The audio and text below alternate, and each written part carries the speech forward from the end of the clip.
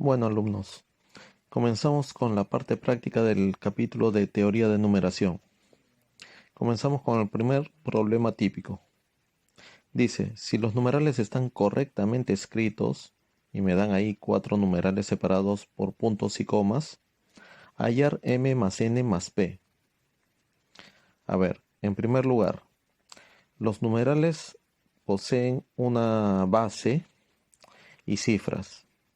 Nosotros tenemos que enfocarnos primero en las propiedades básicas de un numeral para que éste esté correctamente escrito.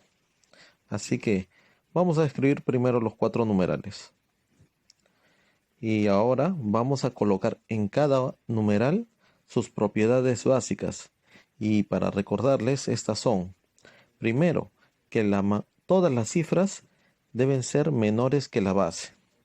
¿Correcto? Pero para no estar prolongando el desarrollo de un ejercicio colocando cada una de las cifras menores que la base, nosotros nos vamos a enfocar estratégicamente en dos características. Primero, vamos a decir que las cifras incógnitas son menores que la base, ¿correcto? Y en segundo lugar, vamos a decir no todas las cifras, sino la mayor de las cifras es menor que la base. Con esas dos condiciones, nosotros abarcamos todas las demás propiedades. Así que vamos a hacer lo siguiente.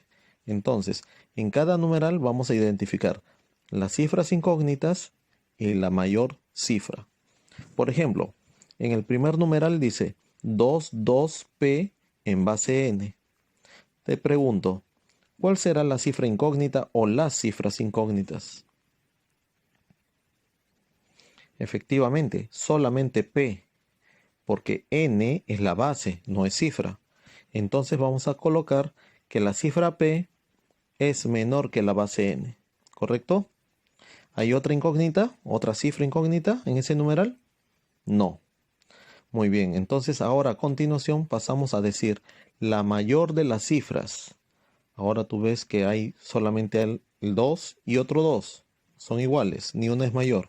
Así que vamos a colocar el 2 simplemente menor que la base n. ¿Correcto? No hay nada más que hacer en ese numeral.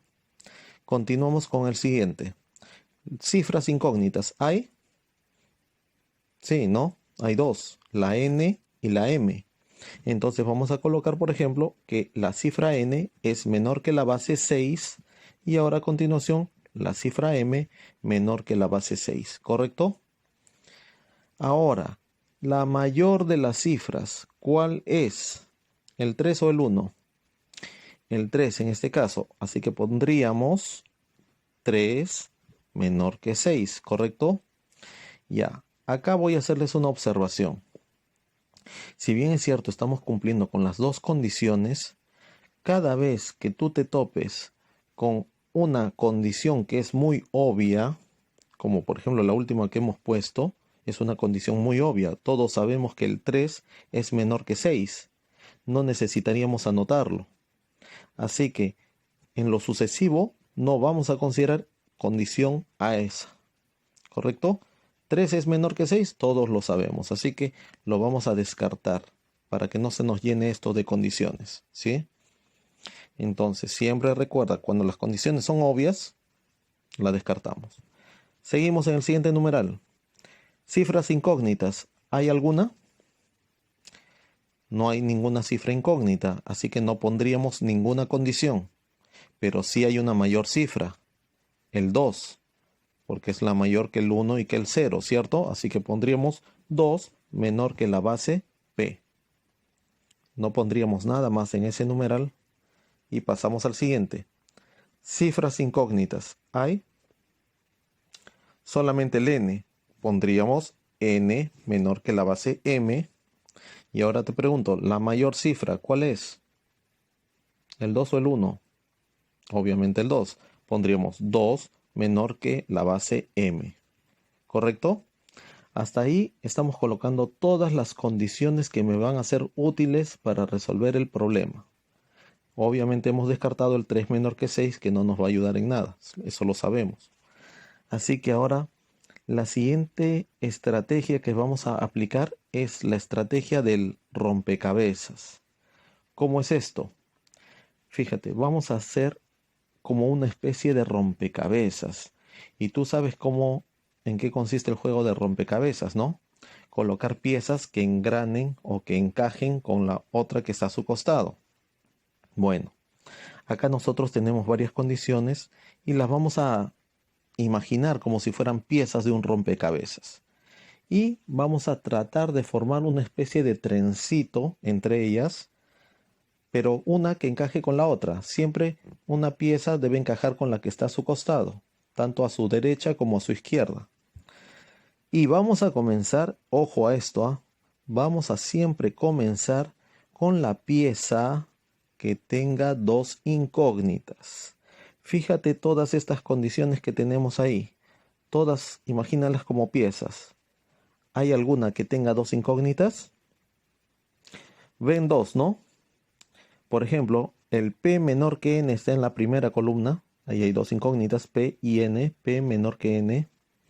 Y hay otra que está en la última columna que dice N menor que M. Listo. Tú puedes elegir la que tú desees, ¿sí?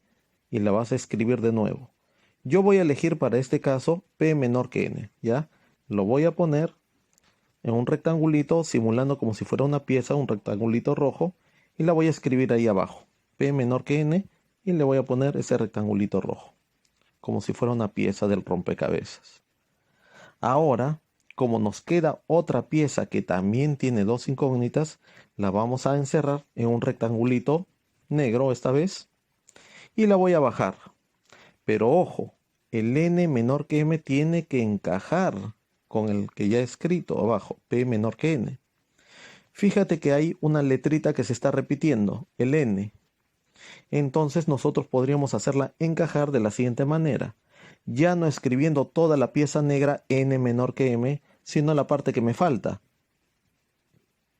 ¿no? Ahí iría la pieza negra y solamente lo que me faltaría sería escribir n menor que m.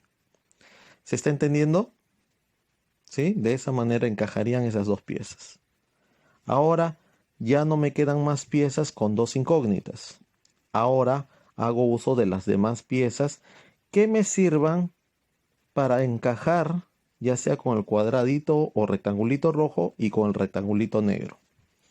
Alguna, por ejemplo, que tenga la letra M, ¿no? Porque el rectangulito negro termina en M. Entonces, yo veo que ahí hay una pieza que la acabo de encerrar en un rectangulito amarillo que se llama M menor que 6.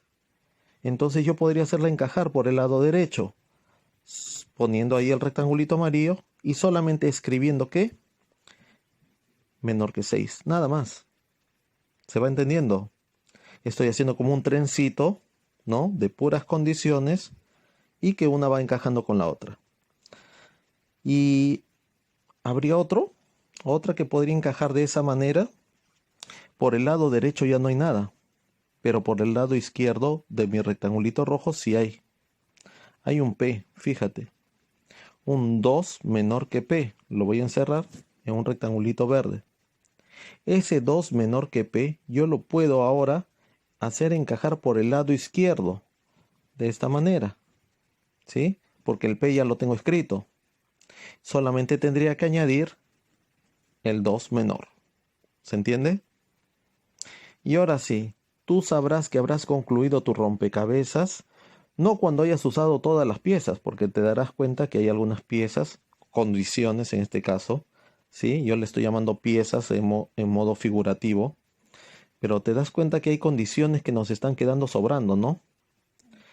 Tú vas a darte cuenta que tu rompecabezas se habrá terminado cuando en los extremos tengas valores numéricos.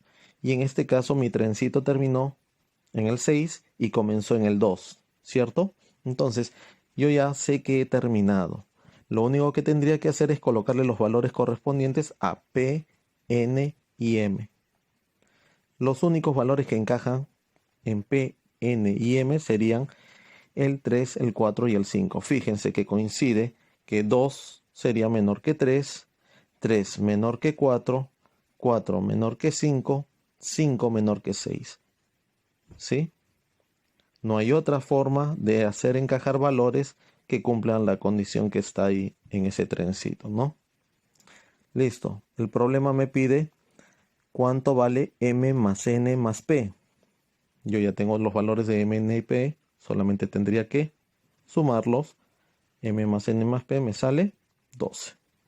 Y ese sería el resultado de nuestro problema. Ahora veamos un problema típico 2. Recordemos que los problemas típicos se refieren a problemas característicos. Problemas que se repiten bastante en nuestra realidad académica, ¿sí? Estos problemas los vamos a ver básicamente en todos los años que tengamos en la secundaria y también en nuestra preparación preuniversitaria. Y muchas veces se repite inclusive en problemas que son mucho más elaborados, pero que tienen elementos de estos problemas. Así que ustedes lo primero que deberían hacer es estudiar bien estos problemas típicos para luego afrontar otros problemas. Bien, veamos. Dice, sabiendo que 5, 6, 8 en base 11 es igual a ABC en base 9, calcula A más B más C. Se darán cuenta que he dicho el numeral 568 y no 568. A ver, recordemos un poco de la teoría. Cada vez que un numeral se encuentra en una base distinta a 10, se lee cifra por cifra, nunca de corrido, ¿correcto? Entonces, numeral 568 en base 11 y de la misma manera, numeral ABC en base 9. Bien, este es un problema típico que se repite mucho y las características de este problema son las siguientes. Me van a dar dos numerales que están en distintas bases y que son iguales. ¿Cómo es eso? Ambos numerales se escriben diferente porque están en distintas bases, pero ambos refieren a la misma cantidad, o sea, al mismo número. ¿Sí? Ya hemos visto que un número se puede escribir de distintas maneras dependiendo de en qué sistema lo estamos expresando. ¿Correcto? Entonces, cada vez que yo vea un problema como este, dos numerales en distintas bases que están siendo igualadas y que uno de ellos, el que acabo de encerrar, tiene todas sus cifras conocidas, el 5, el 6 y el 8 no son incógnitas, son conocidos. Y también la base es conocida, en este caso el 11 es una cantidad conocida, se presta para decir que es un problema típico y que su resolución es bastante sencilla. Solamente consiste en transformar ese numeral que acabo de encerrar a la base que me indica el numeral del otro lado. O sea, yo tengo que transformar el numeral 568 que está en base 11 y transformarlo a una base 9. ¿Correcto? Entonces yo escribiré, tengo la base 11 y quiero ir hasta la base 9. ¿Hemos estudiado algún método que nos lleve desde una base que es distinta a 10 a otra base que también es distinta a 10? No, ¿verdad? Nosotros en nuestra teoría hemos visto numerales que van a base 10 o que salen desde base 10 a otra base. Entonces nosotros en este tipo de problemas lo que vamos a hacer es lo siguiente. Vamos a transformar de base 11 a base 9, pero en dos pasos. Primero vamos a ir a base 10 desde base 11 y desde base 10, después que hemos llegado, iremos recién a base 9. Lo vamos a usar a la base 10 de puente, ¿me entienden? Yo de base 11 a base 9 no puedo ir directamente. Yo tengo que ir en dos pasos. Primero llevar el numeral que está en base 11 a base 10 y luego de base 10 a base 9. ¿Cómo se lleva un numeral que está en una base 11, o sea, una base distinta a 10, a la misma base 10? ¿Recuerdan? Siempre que nos encontremos en una base diferente a 10 y quiero llevarlo a base 10, que lo voy a considerar como que si fuera mi casa, mi hogar. La base 10 voy a imaginármelo como que es el sitio donde yo me siento agradable, confortable, ¿no? A gusto.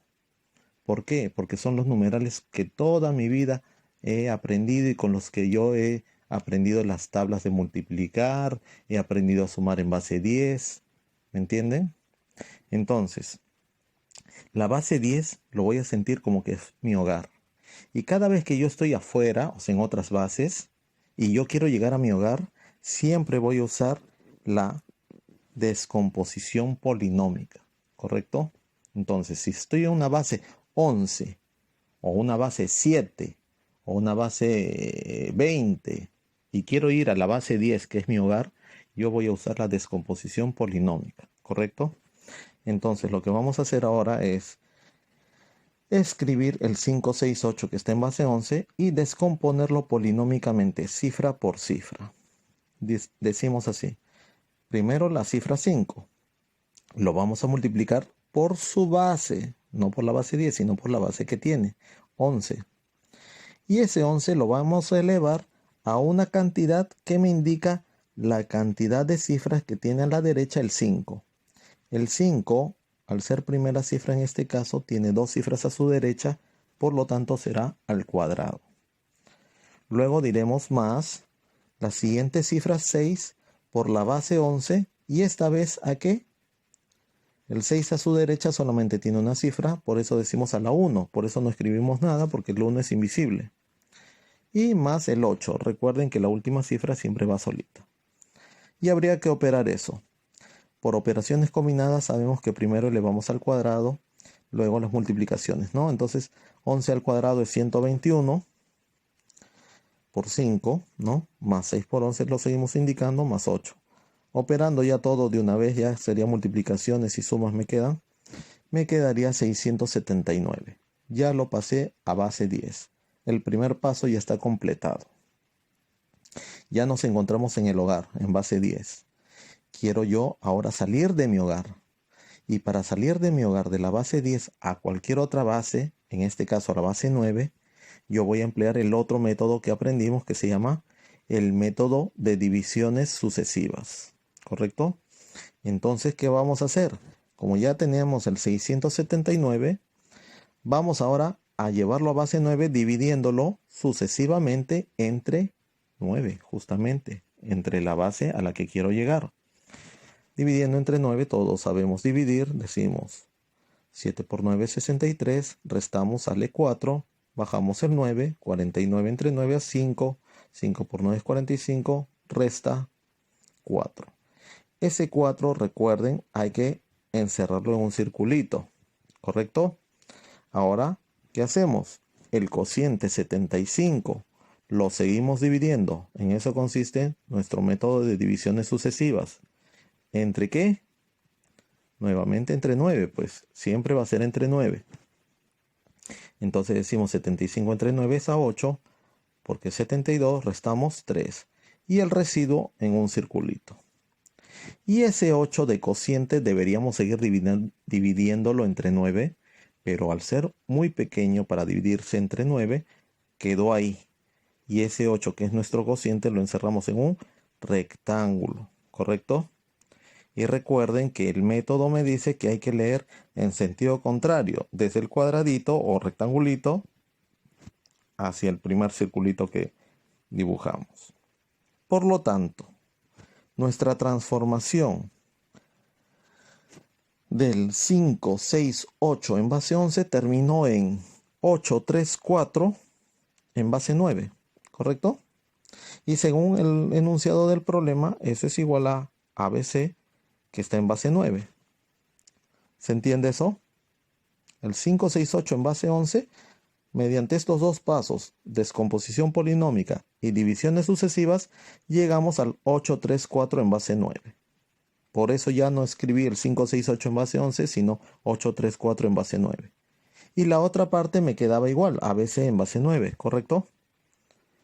Por lo tanto, si yo me doy cuenta que esos dos numerales están en la misma base, las cifras en su respectiva posición también serán iguales. La primera cifra A será 8. la segunda cifra B será 3 y la última cifra C será 4. Por lo tanto, diríamos A es 8, B es igual a 3 y C es igual a 4. ¿Qué me piden? La suma.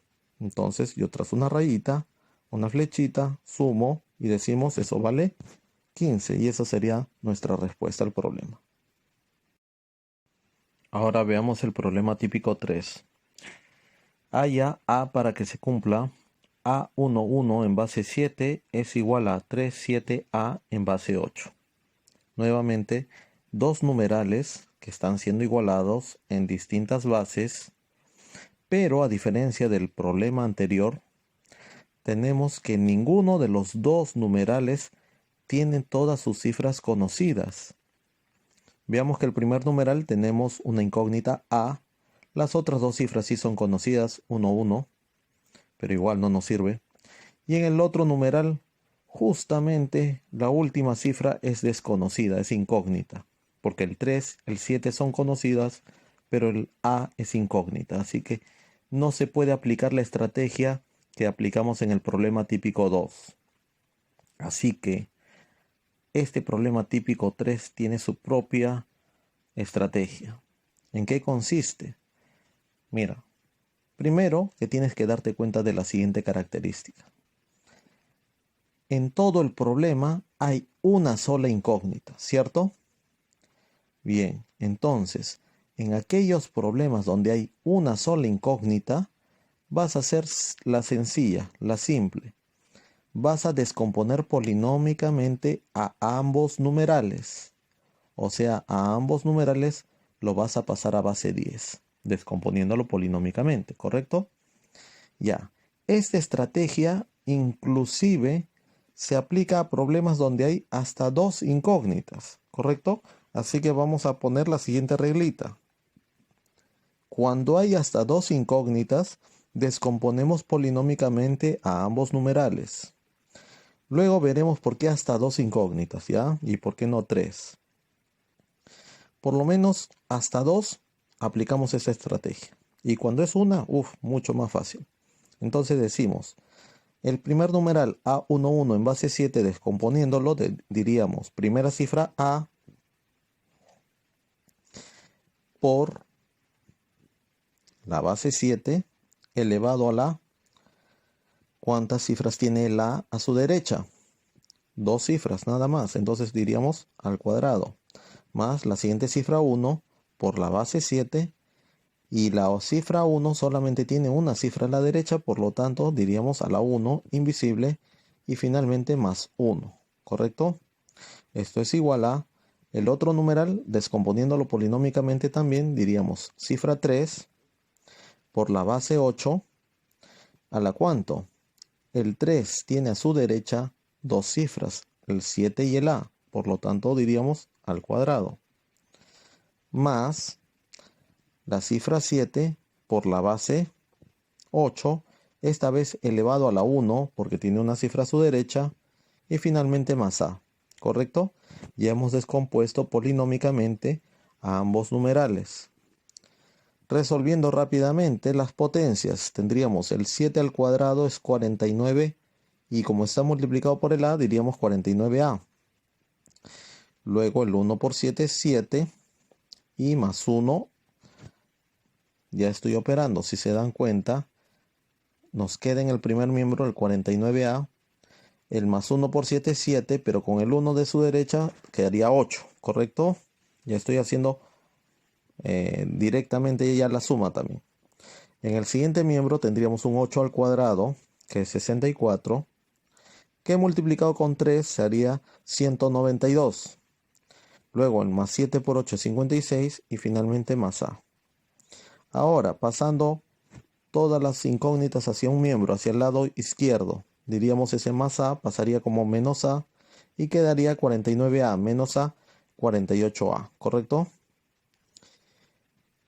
Y en el segundo miembro hacia el lado derecho quedaría sumar 192 más 56, pero ese más 8 que está en el otro miembro vendría con signo menos, menos 8 y todo quedaría 240. Simplemente el 48 que está multiplicando la pasaría a dividir y quedaría igual a A igual a 5, siendo la respuesta del problema porque eso era lo que me pedían ayer.